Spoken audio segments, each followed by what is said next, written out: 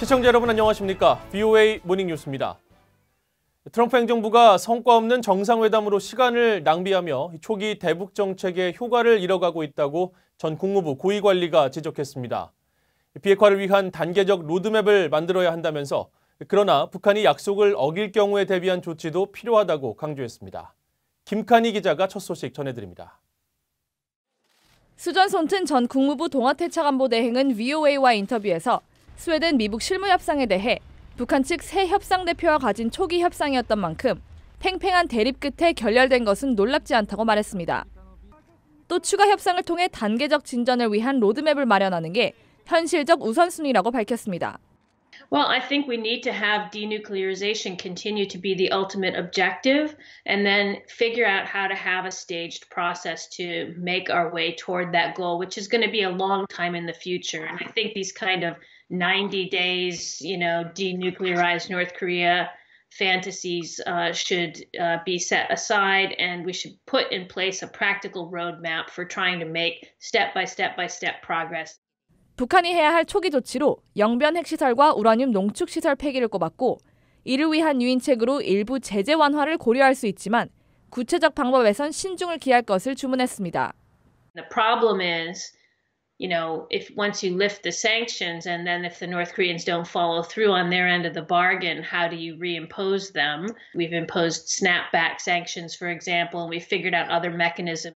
또 상응 조치를 결정하는 과정에서 북한의 우선순위를 파악할 필요가 있다며 그래서 실무 협상이 필요한 것이라고 강조했습니다. 손튼 전 차관보대행은 북한은 트럼프 대통령의 재선을 바랄 것이며 앞으로 협상 전략과 행보를 여기에 맞춰 짤 것으로 전망했습니다. 또 잠수함 발사 탄도미사일, SLBM 시험 발사 등에 대해선 비핵화 진정성을 의심하게 만드는 행동이라고 지적하며 북한이 대륙간 탄도미사일, ICBM 시험을 재개한다면 지금의 외교 기조가 바뀔 수 있다고 경고했습니다. That's the one thing that, basically all of this symmetry and all of this effort going into this kind of negotiation has produced in all of our sanctions, etc. pressure. So I would say an ICBM launch means we're back to, status quo ante. 손튼 전 차관보대행은 트럼프 행정부가 대북 정책을 제대로 관리하지 못해 출범 초기 축적했던 성과를 빠르게 잃어가고 있으며 몇 차례 정상회담으로 시간을 낭비하고 압박으로 거둔 효과마저 상쇄시키고 있다고 지적했습니다. VOA 뉴스 김칸입니다. 미국 국무부는 북한이 도발을 중단하고 유엔 안보리 결의들에 따른 의무를 준수할 것을 촉구했습니다. 국무부 대변인실 관계자는 10일 선제적 중대 조치를 제고하겠다는 북한의 경고에 대한 VOA의 논평 요청에 이같이 답했습니다. 앞서 북한 외무성은 이날 북한의 잠수함 발사 탄도미사일 시험 발사에 대한 유럽 국가들의 규탄 성명에 반발하며 미국과의 신뢰 구축을 위해 취한 중대 조치들을 제고하겠다고 밝혔으며 한국 언론들은 대륙간 탄도미사일 실험 재개 등을 시사한 것으로 보도했습니다. 국무부 관계자는 이에 대해 북한이 한반도 평화와 안전을 보장하고 비핵화를 달성하는 데 역할을 하기 위해 실질적이고 지속적인 협상에 계속 관여할 것을 촉구한다고 강조했습니다. 유엔 총회에서 유럽연합 등 유럽 국가들이 다시 한번 북한의 잇따른 탄도미사일 발사를 규탄했습니다. 북한은 자신들의 미사일은 정당한 행위라며 한반도 문제 해결을 위해선 미국이 자신들의 선의의 행동에 응당한 조치를 취해야 한다고 주장했습니다. 오택성 기자가 전해드립니다. 유엔 총회 제1위원회에서 유럽연합은 또다시 북한의 탄도미사일 발사를 규탄했습니다. 평화와 안보를 해치는 도발 행위라는 겁니다. The repeated ballistic missile launches by DPRK, which are violations of multiple UN Security Council resolutions, continue to undermine international work for building trust and establishing lasting peace and security on the Korean Peninsula, free of nuclear weapons. 북유럽 국가들을 대표한 스웨덴도 발언권을 얻어 북한의 핵무기와 탄도미사일 프로그램은 전 세계에 위협이 된다며 제재를 강조했습니다. Sanctions should be upheld until we see complete, verifiable and irreversible denuclearization of the DPRK. 유럽 국가들에 앞서 이즈미 나카미스 유엔 사무차장 겸 군축 고위 대표는 모두 발언을 통해 북한과 관련해서는 핵무기뿐 아니라 모든 화학무기까지 다뤄야 한다고 강조했습니다. Any use of chemical weapons is abhorrent and constitutes a serious violation of international law. states must work together to bring accountability to those who dare use these inhumane and illegal weapons. 국제사회의 규탄이 이어지자 북한은 발언권을 얻어 미사일 발사는 위협에 대응한 일상적인 행위라고 반박했습니다. The missile launches were part of our routine and self-defensive measures in face of the threat we face every day on the Korean Peninsula.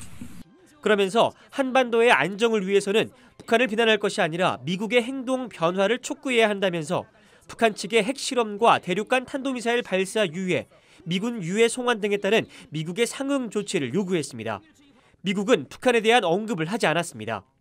국무부 대변인실 관계자는 북한 발언에 대한 VOA의 논평 요청에 북한은 한반도의 평화와 안정을 보장하고 비핵화 달성을 위한 지속적이고 실질적인 협상에 임할 것을 촉구한다고 밝혔습니다. VOA 뉴스 오택성입니다. 버웰 벨 전 주한 미군 사령관은 미한 양국 중 미국만이 북한의 핵 위협 능력에 대응할 수 있는 핵무기와 핵무기 운반 체계를 보유하고 있다며 전시작전 통제권 전환에 반대한다고 밝혔습니다. 벨 전 사령관은 11일 한국의 주미 특파원 출신 언론인 모임인 한미클럽에 보낸 공개 서한에서 오직 미 군사지휘부만이 전시작전 시나리오에 대한 준비와 시행을 위해 핵 역량을 효과적으로 통합할 수 있다고 말했습니다. 벨 전 사령관은 주한 미군 사령관 재직 시절인 2008년까지 전작권 전환을 적극 지지하는 입장이었지만 북한이 핵과 발사체를 꾸준히 개발해왔고 핵 보유를 기정사실화한 2013년에 판단이 달라졌다고 설명했습니다. 특히 북한이 재래식 무기와 핵무기를 동시에 동원할 수 있게 되면서 그 이전에 계획했던 전작권 전환이 한반도의 상황에 비춰볼 때 더 이상 실현 가능성이 없어졌다고 주장했습니다. 미국의 다큐멘터리 감독이 자신의 작품을 이동식 저장 장치 USB에 담아 북한에 보내는 캠페인을 시작했습니다. 영화 음악을 다룬 이 작품이 북한의 외부 문화를 소개하는 역할을 할 것으로 기대했습니다. 조은정 기자가 보도합니다. 미국의 맷 슈레이더 감독은 인디애나 존스, 007, 캐리비언의 해적 등 전 세계적으로 유명한 할리우드 영화의 음악을 집중 조명한 다큐멘터리 스코어를 제작했습니다. 2017년 미국에서 개봉해 아카데미상과 그래미상 후보에 오른 스코어는 영화 음악 애호가들에게 많은 사랑을 받았습니다.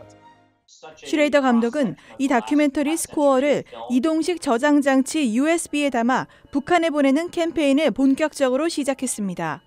They'll get their own kind of, USB that says score in Korean, and we also that helps to fund the operations to continue to donate another drive to North Korea. 슈레이더 감독은 뉴욕의 민간단체 인권재단과 함께 1년 전부터 이 작업을 준비해왔다며 일종의 문화 외교라고 말했습니다. 지난 반세기 동안 고립되어 온 북한 주민들에게 다른 나라 사람들은 어떤 음악과 문화를 공유했는지 알려줄 수 있다는 것입니다. Potentially be a step in the right direction for the people of North Korea that are thirsting this outside culture, and especially those that are already seeking out, black market. 슈레이더 감독은 지난해 인권재단과 시범적으로 스코어 다큐를 담은 USB 2,500개와 쌀을 빈 물병에 담아 북한으로 보냈다면서 앞으로는 대형 풍선을 이용해 USB를 북한 농촌 지역에 보낼 계획이라고 말했습니다. VOA 뉴스 조은정입니다. 북한이 오는 15일 평양에서 열릴 예정인 월드컵 예선전 한국 대표팀과의 경기에 선수단 입국은 허용했지만 취재진과 중계팀, 응원단의 입국 요청에 응답하지 않고 있습니다. 한국통일부의 김은한 부대변인은 11일 오전 정례 브리핑에서 북한 측으로부터 아무런 회신을 받지 못했다면서 월드컵 예선전의 응원단 파견과 중계 문제에 대해 북한에 계속 입장을 타진하고 있다고 말했습니다. 대한축구협회는 아시아 축구연맹을 통해 북한 축구협회와 선수단의 방북 문제를 조율하면서 한국 측 기자단 방북과 중계방송, 응원단 파견 등을 요청해왔지만 북한은 선수단을 제외한 인원의 입국 승인은 북한 축구협회의 결정 사안이 아니라는 취지로 회신을 한 것으로 알려졌습니다. 이상으로 VOA 모닝뉴스를 마칩니다. 시청해주신 여러분 고맙습니다.